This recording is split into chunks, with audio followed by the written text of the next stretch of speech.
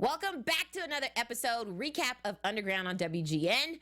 Right here at AFTERBUZZ TV, we're talking about Season 1, Episode 8, Grave. Stay tuned. We have so much to talk about right here on AFTERBUZZ TV. You're tuning into the destination for TV superfan discussion, AFTERBUZZ TV.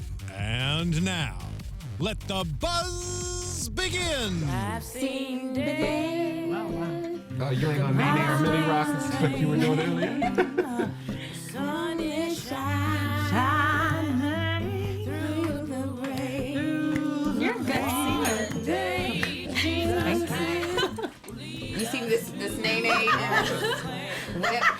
I'm just happy you learned a couple more words to the song. Did I learn more? I don't think I think it was a couple more words. better every time you know more. Yes, thank you guys. Welcome back to Underground, the recap right here on AFTERBUZZ TV. We love this show. This episode, I was just like, oof, this was a rough episode. I'm one of your hosts, Megan Thomas, at McScoop on Twitter, Facebook, Instagram, Periscope, Snapchat, wherever. Just find me at McScoop. Who are you? I am Gary Thomas, and of course you find me on Facebook, Twitter, Instagram, Snapchat, all those good things that I am Gary Thomas. I'm Leena Green. You can find me at Just Leena Green. That's JustLinaGreen. I thought it was confusing at first, just saying Just Leena Green. No. I'm Jamie Banks, and you can find me on Twitter and Instagram at JamieBanks_. And make sure you use the hashtag UndergroundWGN. Lena's going to be checking it throughout the show. If you have any comments, just add us. Use the hashtag, and we'll shout you out, right? You guys can wish Meg a happy belated birthday. She just turned 46. Black don't crack. Yes. See my cousin. He's just mad because he's 50. That's what it is. Let's talk about this episode. Okay, you guys know what I do every single week. Oh, Lord. One word. I'll start this week. Yeah. My one word to describe this episode, devastating. Yeah. Gary. I don't have a one word, but it's like what's the way to say edge of the seat? Because I was like real nervous about Nail biter. Nail biter. There, nail biter. It's hyphened, so. Nail/biter. Anguish. Okay. Depressing. Wow. Okay. Last week wasn't depressing. They both were. every week is depressing. There's no joy in slavery, guys. There's no joy here. All right. All right, let's talk about this. So the episode starts off that we see that there's coffins that we now figure out that that's how our Macon 7, which is now down to the Macon 4, is going to escape. They put the crosses in the ground, and that tells the Undertaker how many coffins that they're going to need. That's kind of genius, actually. Nobody's looking for dead bodies, really, right? It's a great system for them to get them out. And nobody would want to open the coffin and see a dead body, so... Exactly. Right. And so we know last week at the end that Henry didn't make it. He sacrificed himself. So sad. I thought he would have. For some reason, I told y'all he wasn't going to make it. For Henry. I told y'all, let's go back to like episode 2 or 3. I said, Henry's not going to make it. I said a lot of people's not going to make it. Henry's not going to make it. Moses not going to make it. And Sam's not going to make it. I said that. I did say that. I did. I just felt Zeke, it. though? Zeke was one of the first to go. I said Zeke was going to go. I was like, I can't remember. I gotta go back and watch episode 1. This is not come back next week like, I told you. That's so crazy. So then we hear that. So we see Rosalie. They're all scrambling. We see that Rosalie is trying to help Noah. He's gotten shot in the last episode, and then they were told, "Okay, you got to go to. There's a guy who's going to help you. His name's John Hawks." Yeah. Full circle. Of course. Our main man. Of course. Remember we talked about this? We were like, yeah, they're definitely going to run into the Hawks family. But they still haven't even gotten there, and it will be like episode 9, so it took the whole season to get there. Yeah. But Well, we found out we renewed for a second season. Woo! Congratulations. We should have champagne on Misha the and last Joe, my episode. homies. Y'all did good. Good job, Misha. Hey, shout out to Misha. Shout out. Great. All right, so then of course they make it to Pappy Jack, Kentucky. I was so happy because I'm from Kentucky. I was like, yeah, I don't think Pappy Jack is a real. Okay, it might be. I was gonna say, do you know where that is? But I've never heard of Pappy Jack. It might not really be a town. It might be a town that nobody has ever heard of because clearly there was nobody there at this time. Maybe that's something really historical that they use. Maybe we could just like read about it. Yeah, you guys look it up for me because I don't have time to do Google right now. So look it up and see, is Pappy Jack a real city in Kentucky. I should know this, you know. fun I'm gonna lose my Kentucky card, but that's all right. All right, so they get out of the coffins, and you know, Rosalie's the only one that knows where the next stop is, how to get. Because if you remember, the guy that was helping them told her only. She didn't tell Cato. Cato is of course being Cato, and he's like, "Hey, forget Noah. He's halfway dead anyway. We got to get across." And I'm like, you see the little fight come out in Rosalie, right? I'm proud of her. We saw some real fire. I ain't leaving my man. Right. She was really fierce. I was definitely impressed. It was like, you go, girl. Right. Well, I ain't going nowhere without Noah. She said she's not losing anybody else. So maybe if it was Kato, maybe she would feel the same way. We ain't leaving Kato. No. I don't know. She has a little bit more heart than everybody else, so we don't know. But her portrayal was losing no one else. Right. No one. And so she has a really good plan. She's like, nobody's going to be looking for us if we, we're going to act like we're free. I was like, that's a very bold move in Kentucky. You get killed for that. In Kentucky, of all places. I think it's a good idea because sometimes, I don't know, like if you guys have ever, I'm not saying I've snuck in anywhere, but if you're trying to like let's say. You been a runaway slave, Jamie? No, but like let's say like you want to use the restroom and you have to like go in a place and you act like you know, like you own the place, and that's kind of what they're doing, and it's a really good tactic. Right. Look, Jamie has a little sneaky side. Sneaking into Starbucks bathrooms or something. That's my sneaky Don't you side. feel like your heart would have been beaten out of your chest, like the fact that you could possibly like die right now? But here's the thing: they're always on the verge of death. Yeah. Just like whether you live on a plantation and you don't make weight for the cotton, or whether you're running for your life for freedom, like you're always on the verge of death. Yeah, they could pass away. They're gonna get killed in so you might as well different be ways. bold. Technically, this is still all new to Rosalie because she, in the house, and she didn't have as many dangers as Kato did and some of the other people, in this journey did. So I'm shocked that this idea came from her, and she's like, Rosalie's really adapting very quickly. Yeah. You see her picking up stuff very quickly and knowing her way how to get. She's gonna be the leader of the group now that Noah is like down. So. You can tell she takes everything she sees, she watches and takes it in, internalizes it. Right. What she shows. She is, and she's very smart. She's like, we're going to get us some new clothes, some fancy clothes. And this is the first time, well, like we kind of suspected it, but this is the first time we actually see Cato taking a liking to Miss Rosalie. She has on this pretty dress, and he's like, oh. We've kind of gotten some instances of it before when he just kind of the way he talks about her. His comments. Normally they say when you make fun of a woman like that, you probably like her. Yeah. Yes. Well, if you're in like the second grade. Kato has a second grade education. Apparently. But this time it looks like the way he looked at her. You don't look at someone like that unless you're like thinking. It's good to see like just a different side of Kato. Right. It's always so hard and brash. We get to see him a little bit softer. Right. So then Rosalie has an idea. Hey, let's go to the only doctor in the city and let's go steal some medicine, which is very bold. I'm like, how you gonna get in there? How you gonna steal it? Well, do you know what you gotta get? What if you don't have what you need? Like, she's very bold. At this point, she's like, what? We ain't got nothing else to lose. We have nothing. And, they get to the door, and the one thing that I noticed, of course, right when Cato knocks is that, she was like, they beat the love out of you. Like, he's so cold.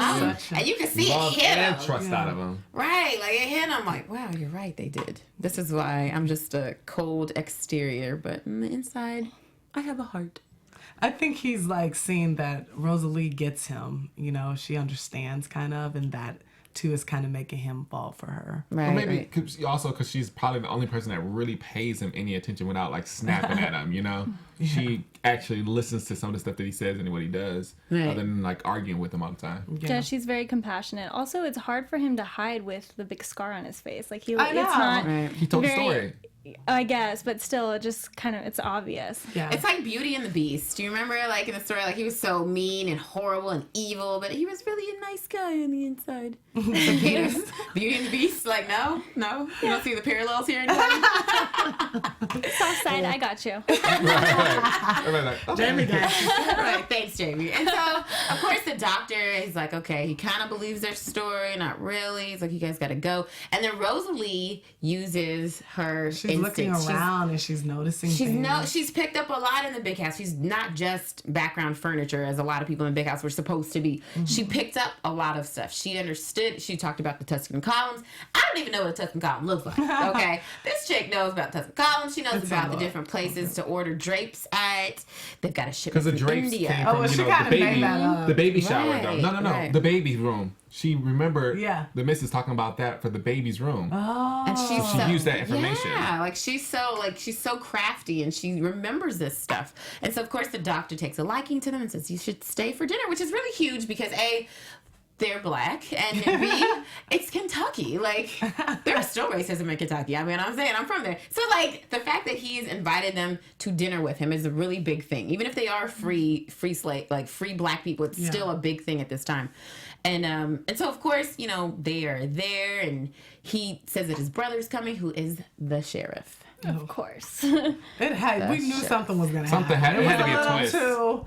A little too smooth sailing. We knew something was going to happen after that. Then he walks in and it's like, oh, man. Because, of course, he's on high alert. There's 2 Negras in the area. And obviously, they don't have any people here. So they're like, y'all 2 black people? Yes, it must be you. And that they knew that they stole the clothes. That was a big giveaway, too. He oversees that house where they got the clothes from. So I don't think he knew about the clothes. You remember what he said? He was like, this was, Imogene died or whatever. Nobody's been able to keep, we don't know what's been stolen. Well, we don't know what's in here. The slave catchers met him at the house. But the slave catchers, but if you notice, they didn't say anything to No. He didn't know sheriff. anything was missing yet.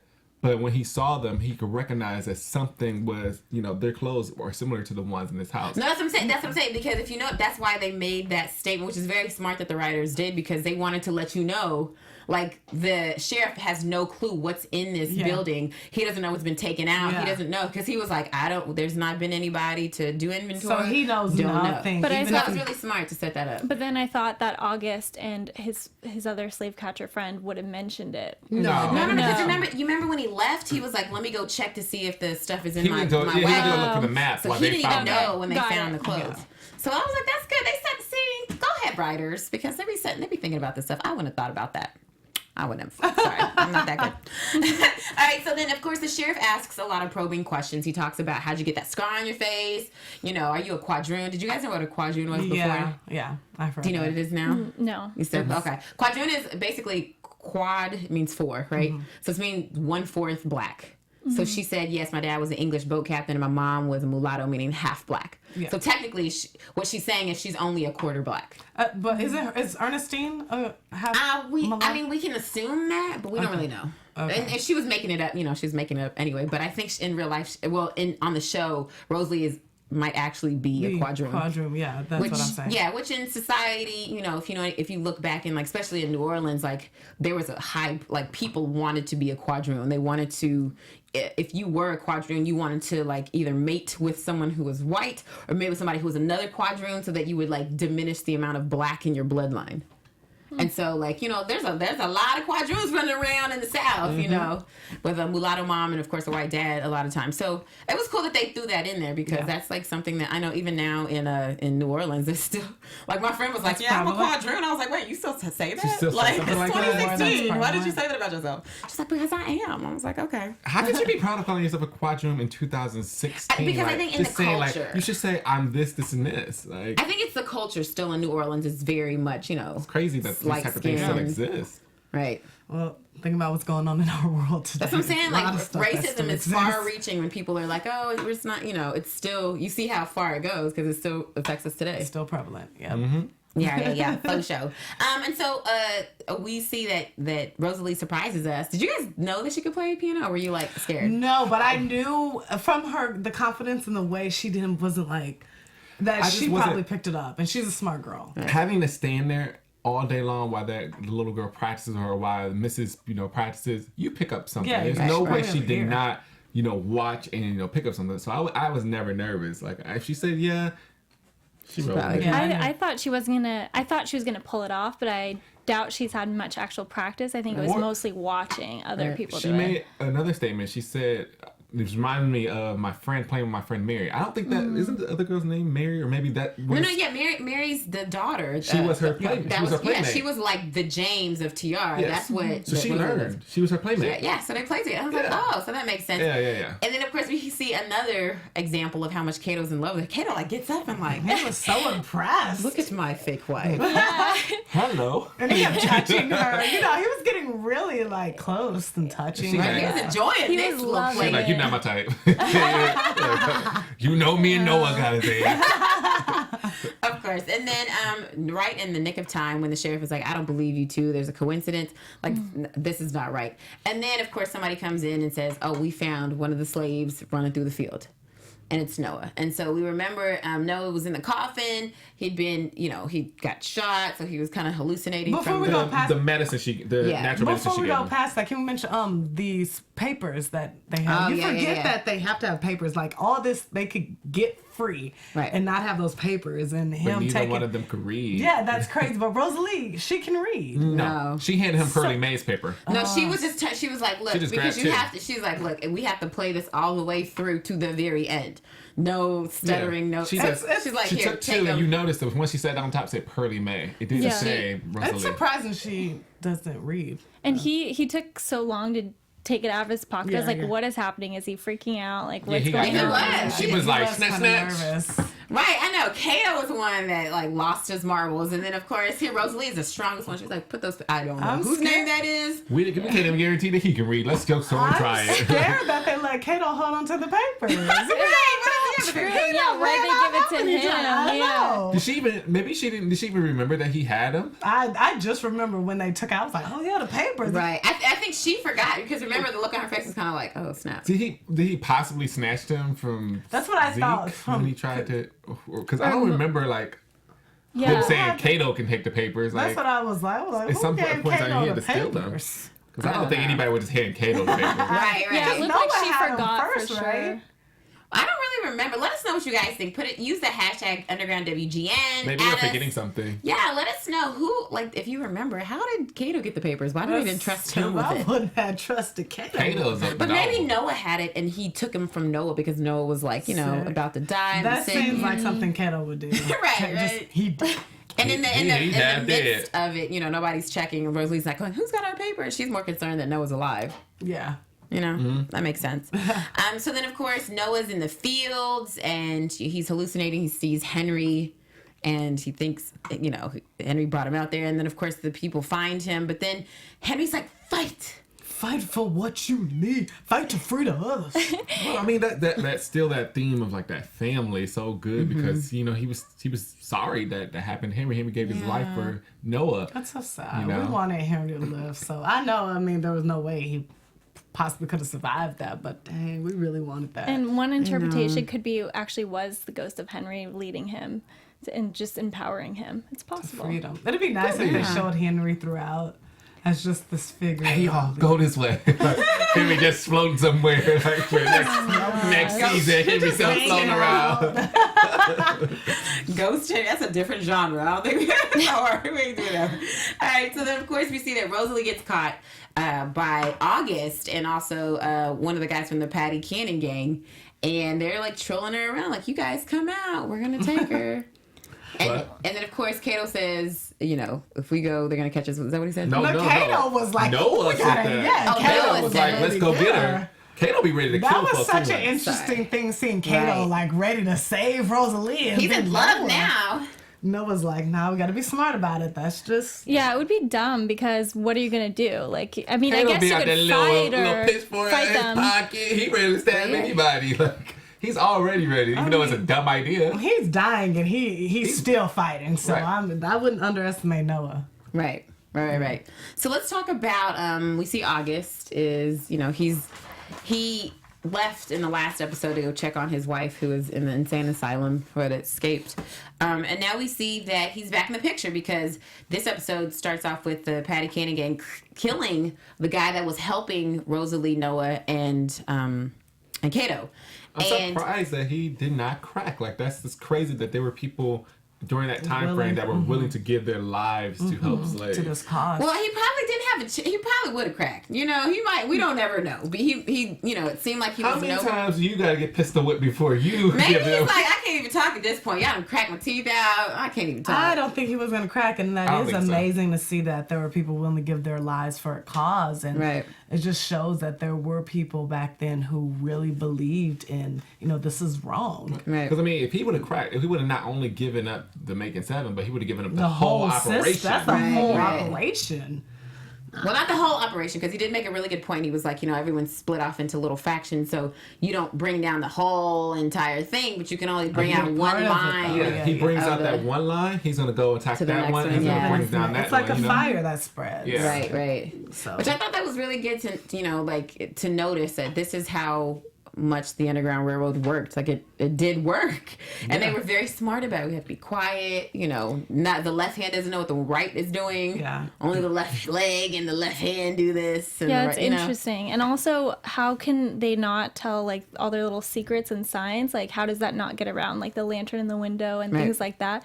Like, how did the slave catchers not know about like those little signs? They did good, yeah. They did really good. They kept it quiet.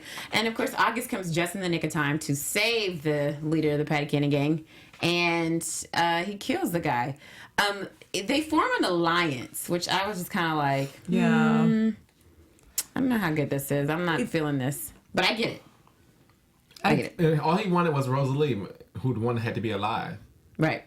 What is his? Do you think besides the money, do you think he wants to help Rosalie too, and there's some way he wants to help as well? Or because he's very set. He wants the easiest one. But he doesn't need to get he's really good at what he does.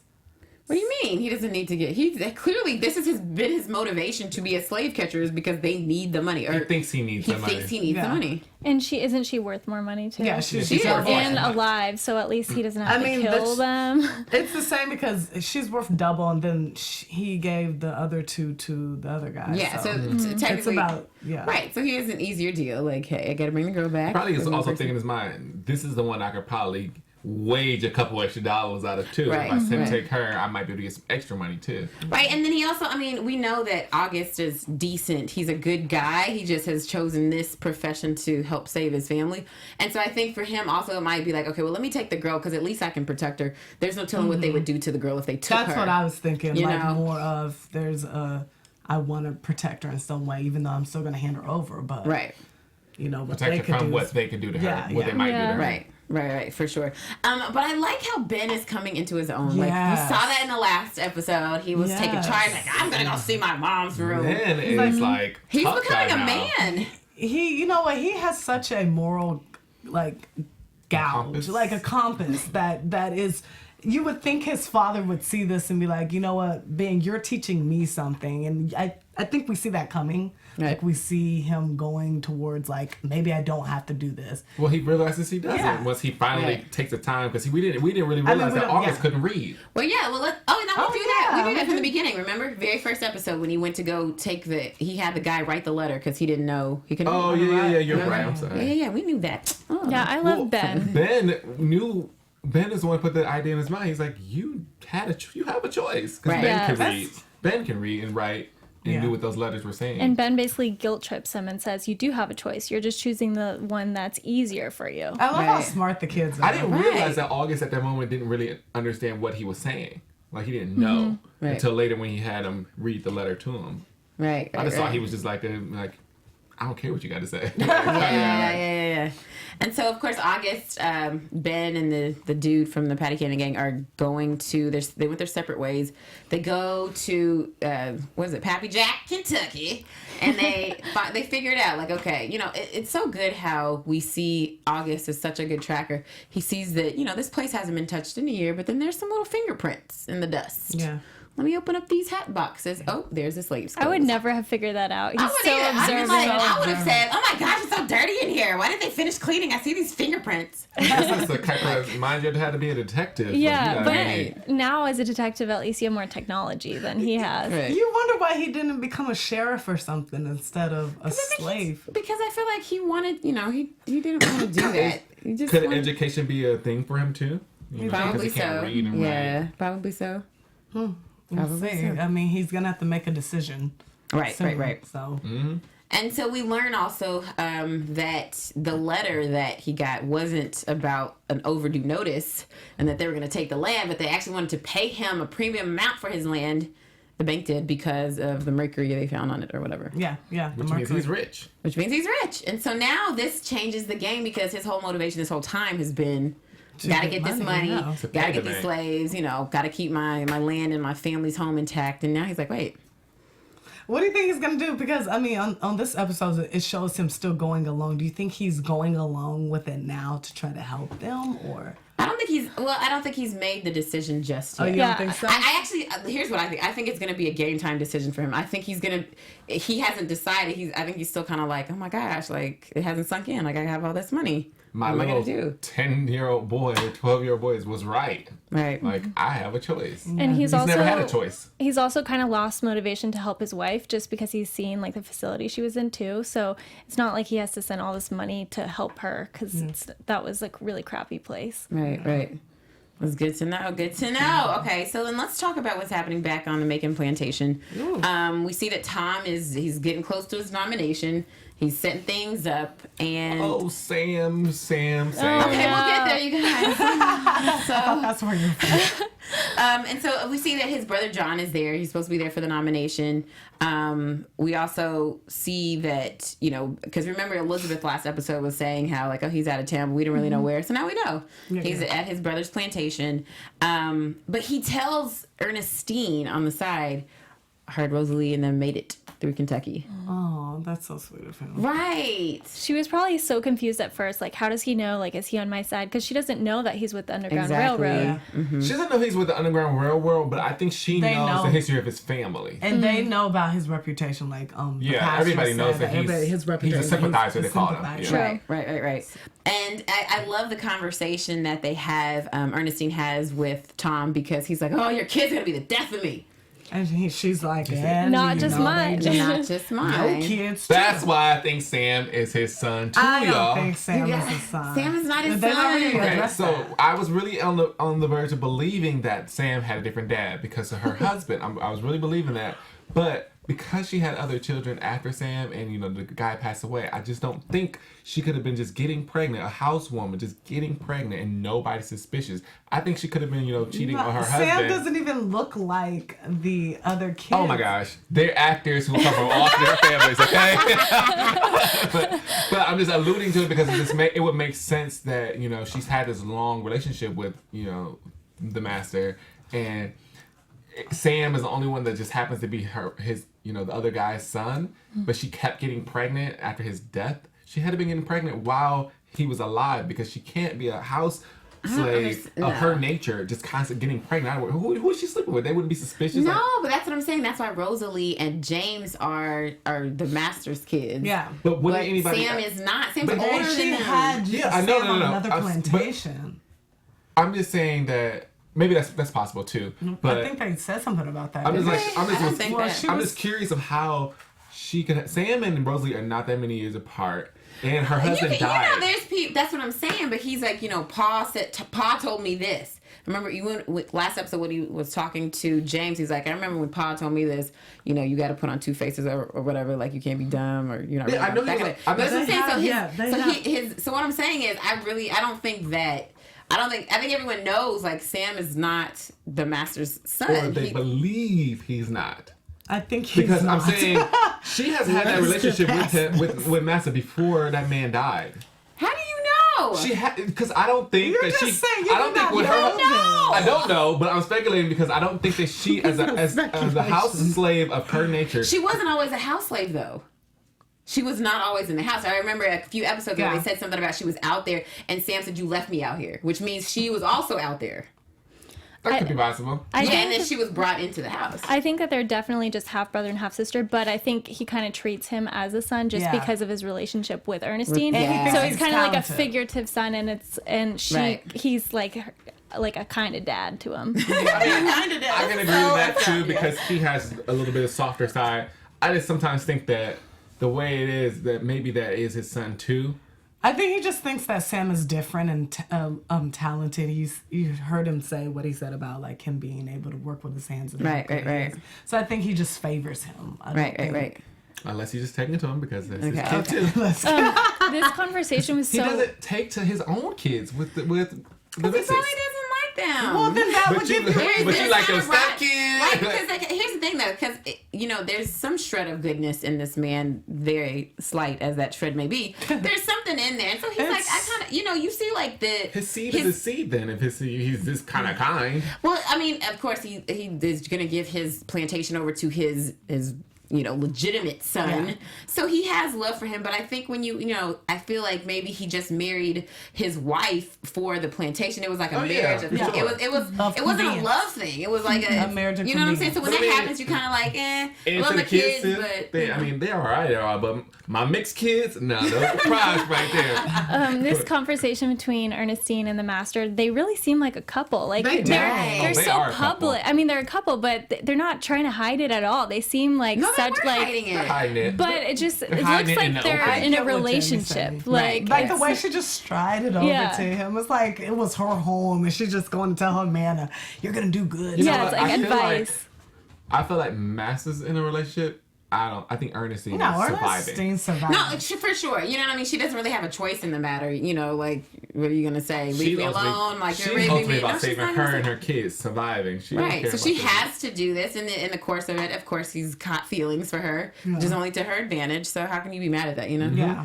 So, of course, we see that the last episode, Sam was trying to escape. And then we see here that Schaefer finds Sam and brings him back. Poor Sam. No. We saw Sam.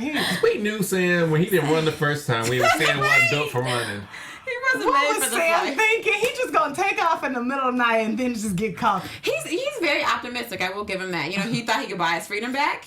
He thought he was gonna make it on his own running. He thought that $100 was the key. He tried to bribe this man.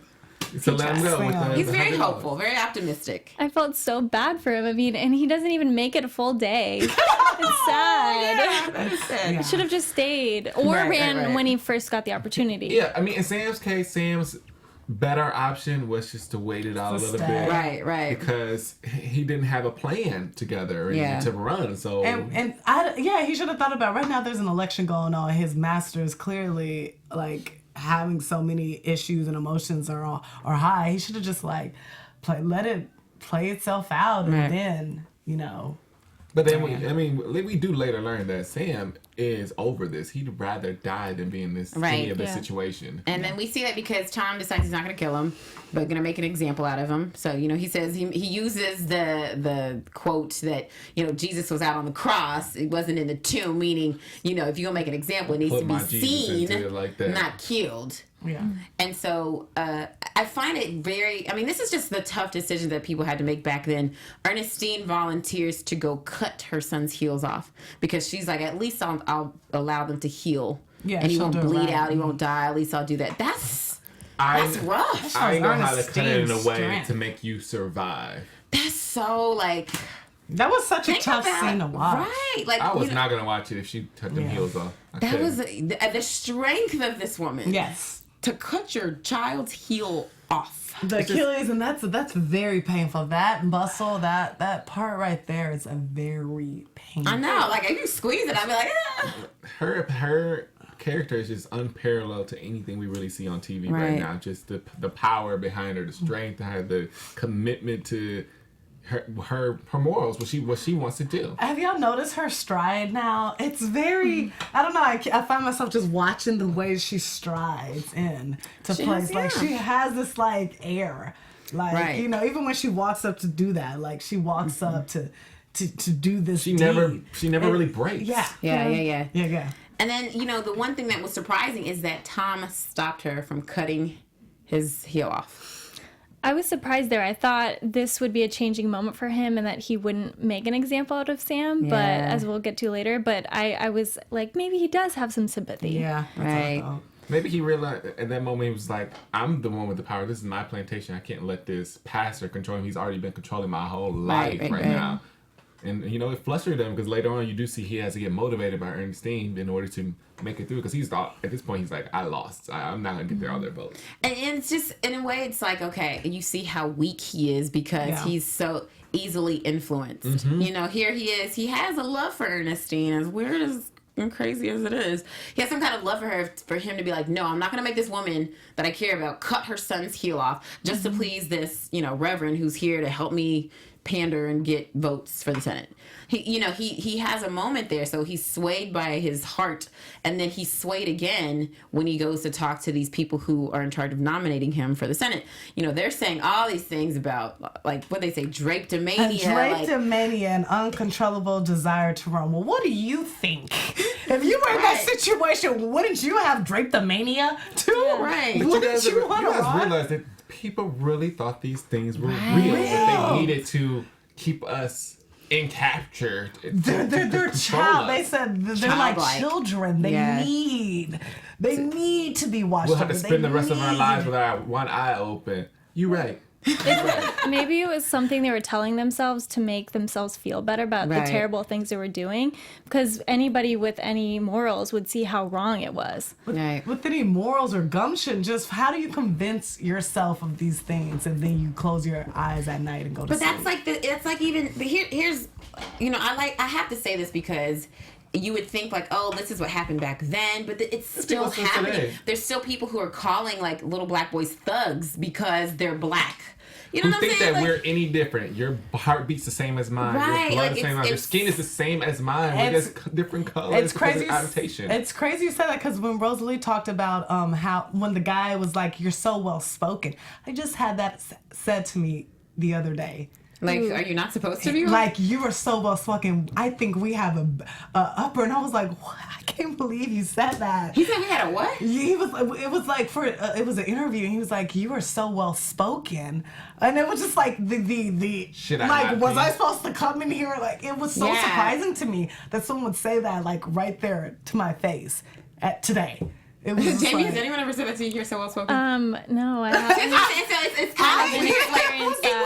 And here's the crazy part. A lot of people are like, well, you're not necessarily a racist. Like, he's probably not a racist, the guy that said this to you. No, but this tells you how ingrained and unfortunate, like, you would have to say that to a black woman, but you wouldn't say that to a white. You wouldn't go, you're so well spoken. Because it just doesn't register to you that there can be unwell-spoken white women, but for a black woman, you're like, wait. It was... Huh. Mm-hmm. And I took it like this. I was like, Yeah, don't say. Yes, I am. You know, and I got that same feeling because watching this show makes you think a lot about people. Like as you're walking around, and when you're black, we all kind of feel that sometimes. And then I saw what Piers Morgan said about Beyonce. I liked you better when you were basically the entertainer, the singer. But now that she's speaking, you want me to. You're okay for me to dance and jive for you. But when I speak about stuff that's really affecting me, exactly, I want to hear all about you don't want to see that. It's just this show and just what we hear in this media right now. It's so real, and it just makes you look at people like sideways, Jamie. Don't look at Jamie like that. Jamie's a sympathizer. I'm a sympathizer, but even just walking around, like after hosting the show, I'm starting to think different things just because like this was so recent, and and we think that it was so far away. So it's kind of changed my perspective a little bit too.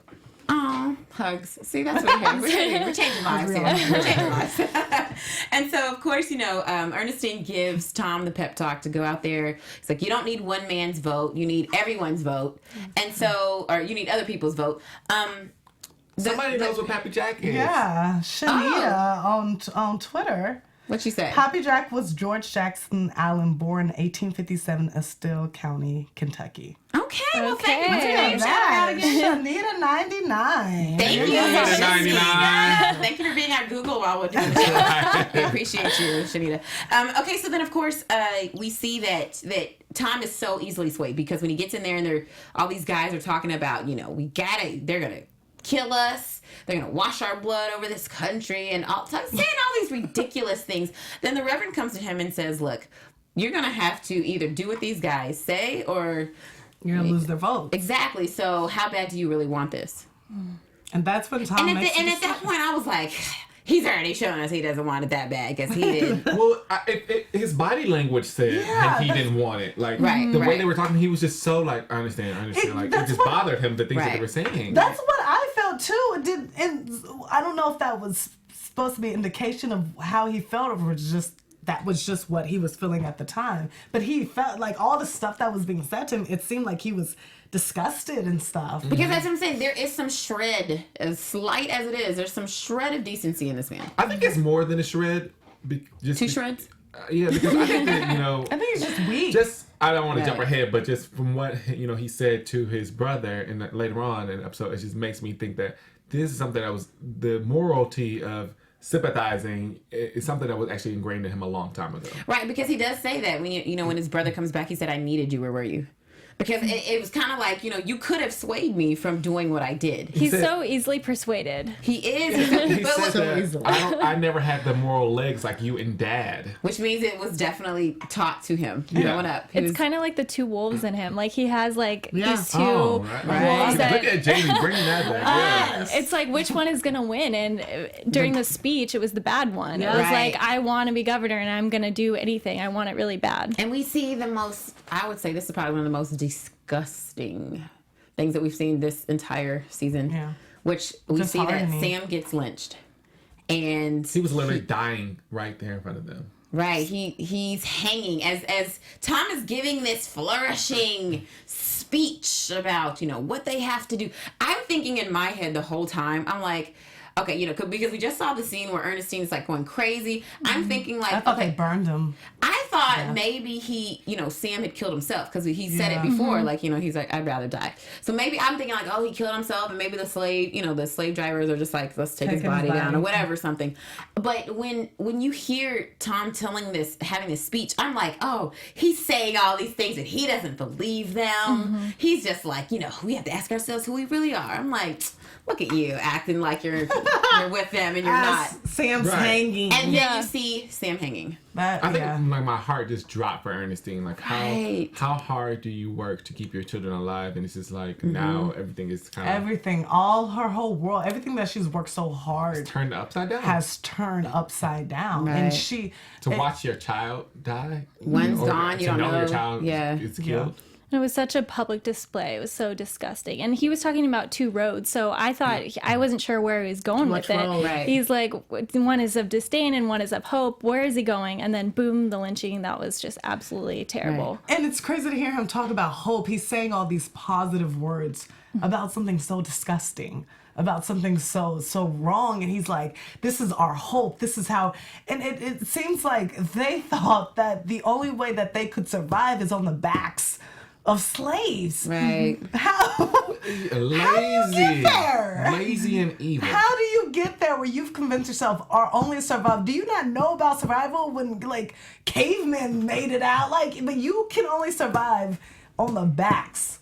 Like, what was the mindset to just uproot people all over the world? We have African Americans and West Indies and just. What were you thinking? Like, you could have left people alone where they were happy buying their land. This evilness that people have, because if you think about it, like, again, that still happens today. Think about minimum wage. Like, people cannot survive on that, yet and still corporations are paying people that little amount because they're exactly, it's greed. And in a country like in our country, it's a capitalistic society, so you're going to pay as little as you can to make as much as you can. We're probably the greediest country. Right. Oh, for sure. We don't have free healthcare. We don't have free college. Like a lot of other countries or anything. And we're supposed to be the greatest. And we're the greediest. That was built on the backs of slaves. When will it change? The change. Hopefully shows like this will help with that. And then we also see that Ernestine gets put into the hot box. So if anyone knows what that is, it's like they strip the slaves, they put them in this box, they seal it, of course, and they keep them in there for days. And so they're baking in the sun. Like, I don't know if they give them water or anything, but they put her in there. And now I'm wondering, is it because did Tom say put Ernestine in there, or did the slave drivers put her in there? I'm thinking from her outburst, her display. Her outburst may have been the only way to stop her from stopping what happened with Sam. Oh, maybe that's true. Yeah, I think that probably. So then Tom was the one that said put Ernestine in the hot box? I'm sure he was just like, do whatever you have to do. I'm sure he didn't say put her in a hot box, but he called that order. I'm sure he was just like, oh my gosh. I don't know. I feel like he could have been preoccupied in the party or the speech, but maybe it was just the other overseers that were like, put her in. I don't know. Yeah.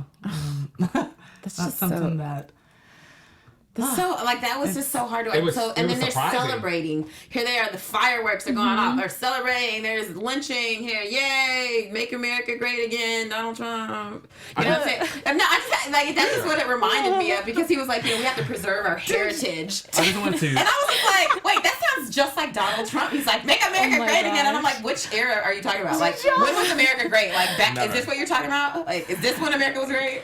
I don't know.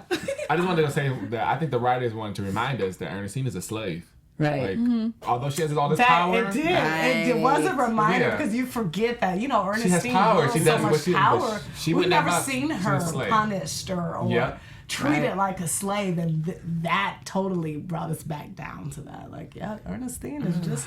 She's just in the a slave. same box of everybody else. And I think that's going to change her mentality. Poor girl. Right. I mean, she had to know that lifestyle wasn't going to go on forever. Right. Her living in the house and willing this power, it couldn't have last forever. Right. Let us know what you guys think. Make sure you use the hashtag UndergroundWGN. Tweet us throughout the week because we want to see your comments. Let's get into a couple of predictions for next week. Predictions. And now, your AfterBuzz TV predictions. Okay. First up, Jamie. I predict that August will try and help Rosalie after being persuaded by Ben. I like that. Yeah, the goodness in him will come out. Okay. Yeah. I predict that as well. I do see that August will probably do the right thing, especially now that he has a choice, because everything he's been doing thus far has been for the money and, greed. No, he I doesn't think need it. it's a recurring theme. Yeah. And I get to this obsession with recurring things, but a recurring theme is family and greed. And that's like one of the recurring things. And I also predict that Ernestine finna go live. She's about to go. She's my finna prediction. act crazy. I was going to say that I think Ernestine is up for revenge now. What about Kato and Noah? Gary. Kato. What's going to happen with them? I think that Rosalie probably got into Kato's head, and Kato's finally going to be a little bit more open to Noah, and Noah's going to be like, well, what? And they're going to be able to work together more cohesively to get Rosalie back. Right. But then I think what's going to happen when they get her back? Because Kato's like, I'm taking her from me. Well, we already said they're going to fight a little bit. You think it's gonna be Rosalie and Kato? It might. Negative. It might. She did give him a little look when they were looking in the mirror at each other. They were both dressed up. She kind of she was like... I don't think And she'll Noah ever... said, leave her. He did not say that. He Wait, said... wait. And not so many words. He said, leave her. That's totally like Beauty and the Beast, like you said. The Beast. Right. See? Yeah. I don't think she'll ever give Kato a chance because no one has ever taken kindly to right. someone who beats their own. Yeah. Right. Yeah. And then we also see that August and Noah get into a fight, and I think that's going to change. I think that might be, I think August will have the ability to kill Noah, but he doesn't. When I don't think he is either. Noah is wanted dead or alive, he could definitely kill him, but I think he's gonna not kill him. Yeah. He ain't trying to take him no way. Right. Let us know what you guys think. Use that hashtag throughout the week. Where can we find you, ladies? You can find me on Twitter and Instagram at JamieBanks_, and I love to hear what you guys think. You can find me on Twitter and Instagram at just Leena Green. That's JustLinaGreen. All right. And of course, me on Instagram, Twitter, Snapchat, Facebook, everything. I am Gary Thomas. Yes. And you can find me, Megan Thomas, at Meg Scoop on Twitter, Instagram, Facebook, everywhere, all over the intranet. And shout out to Verns again with some of these. Man, Thanks you for on not top. spoiling He this was week, on Vern. top of everything. Good Kayla job, just... Vern. Good job. We appreciate you. We love you guys. We'll see you next week right here. 2 more episodes of Underground.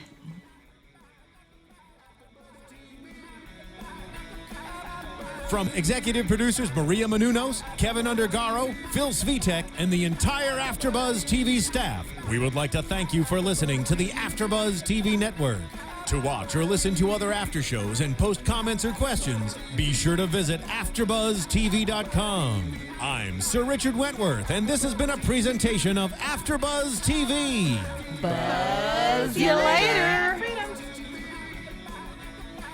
The views expressed herein are those of the hosts only and do not necessarily reflect the views of AfterBuzz TV or its owners or principals.